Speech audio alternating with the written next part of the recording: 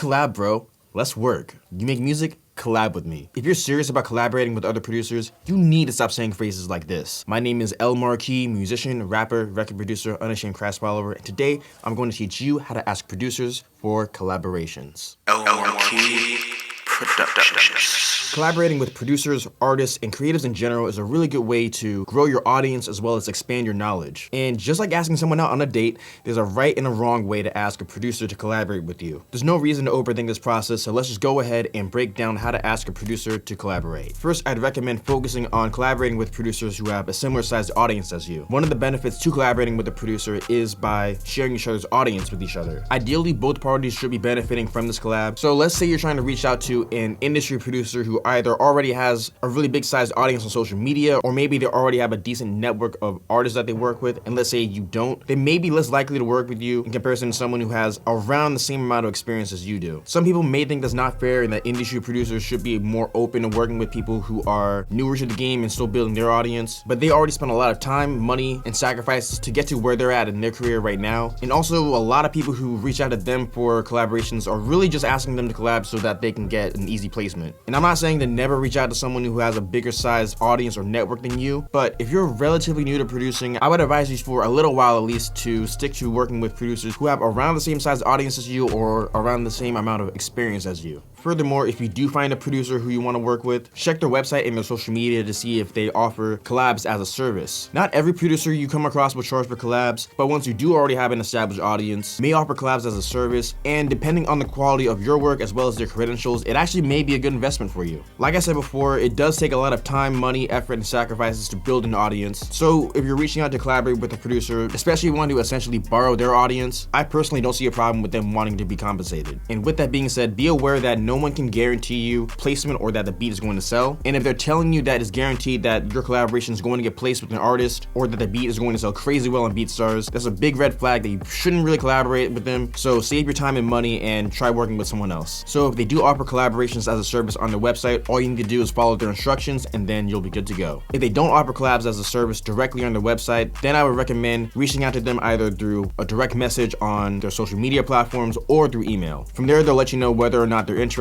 and also whether or not they charge for collaborations as a service. Even though paying to collaborate with a more established producer can be beneficial by increasing your chances of getting your beat placed with a major artist or being leased more online, you'll get the most out of this collab if you already have your own website set up with your beats on it, products to sell, as well as services. So if you don't already have a place where people can listen to your music, whether it's a BeatStars page, a decent sized collection of beats on your hard drive that are ready to be sent out, or even your own catalog of music on streaming services, I'd recommend getting those in order first. Moving on, if you do find a producer who's interested in collaborating with you, it's a good idea to already have some loops or some ideas for beats ready to be sent out. Especially in the case where you're collaborating with producers over the internet rather than in person, it's typically good practice to already have something ready to be sent off. Whether it's a melodic loop or if it's an unfinished beat that you just want them to add some additional tracks to. Even in the case where you're paying for the collab, in most cases producers are going to ask you to send them a loop or an idea rather than them sending you one of their loops. In fact, there are many cases where a producer will put out a tweet or a post on Instagram asking producers to send them loops and they'll leave their email in the post as well. None of this is set in stone. Different producers do like to work in different ways, and especially if you already have a working relationship with another producer, they actually may send you ideas rather than you sending them ideas. But in general, when you're the person who's reaching out for the collab, it's a really good practice to already have something that's ready to be sent over. Expanding on that, when you're sending files back and forth, make sure that they're easily accessible. Especially when you're working with someone for the first time, don't make it hard for them to access the files that you send. Communicate with them and confirm what format they want your loops to be sent in. For example, that could be an MP3 file of the loop. Maybe they want you to add the stems to the end of the loop. They may want you to send the individual trackouts as WAV files. And if you two use the same DAW, maybe they actually would rather you just send the entire project file itself. You can miss out on the collaboration if you're not easy to work with. So if they ask you to send the files over in a very specific format, make sure that you accommodate for them, even if it's not your preferred workflow. And the last tip that we'll go over today is don't collaborate collaborate with just anyone. Even though collaborating with other producers can be a really good way to expand your audience, not every collaboration is going to benefit you the same. Some people may just be difficult to work with, some may have a slow turnaround time, and in some cases, maybe your styles just don't really mesh well together. The one thing that personally makes me say no to a collab is when the person who's reaching out to me has little to no following on social media, and especially when they have little to no beats on their website whatsoever. So if someone sends me a really generic message like collab bro, and then if I check their social media pages and if they have little to no posts on there, and then if I click the link in their bio and there's little to no beats on their page, or even worse, they don't even have a link in their bio, then unless they're willing to pay for the collab as a service, a lot of the times I'll just decline it. The reason for that is because I spend a lot of time developing my own craft as well as building my own audience and network of artists that I work with. So if you also don't have your own website or your own network of artists that you work with, and if you're just reaching out to me to use mine, to me that's not really a fair trade-off. So that's why a lot of the time I'll decline those offers in particular. So if you right now, if you don't have beats on your own website, if it doesn't look like you're in the process of building your social media following, and if it doesn't look like you're in the process of getting connected with serious artists who are willing to use your beats, I would recommend that you start establishing that before you start reaching out to other producers to collaborate. And to be clear, I'm not saying that you should always turn down someone who's has a smaller audience than you if they're reaching out to collaborate with you, because at the end of the day, all of us were beginners at some point, and also you never know who's going to blow up. But in the case where someone sends you an ungenuine message, if it doesn't look like they have the same work ethic as you, then to me it just comes off as them trying to use you for your audience and for your skill level, and to me it doesn't really feel like a fair collaboration. So when I'm in situations like that, a lot of times I decline, and I'd recommend that you use your own discretion. The main takeaways from all these points is that if you're reaching out to other producers to collaborate, make sure that all the parties that are involved are benefiting from it in some way. Be someone who's easy to work with and have something you can bring to the table, whether you're someone who's been producing for a couple of months or a couple of years. And that usually can be in the form of either having a really unique sound or style, as well as your own audience. These tips are based off of my personal experience, so feel free to use the tips that you agree with and just disregard the ones that you don't agree with. Either way, you just learned how to ask producers to collaborate. Thank you so much for watching this video. If you like what you've seen today, please give this video a thumbs up and subscribe to my channel and turn on notifications so you know whenever I upload new videos. Also, be sure to visit my website, lmarquisproductions.com.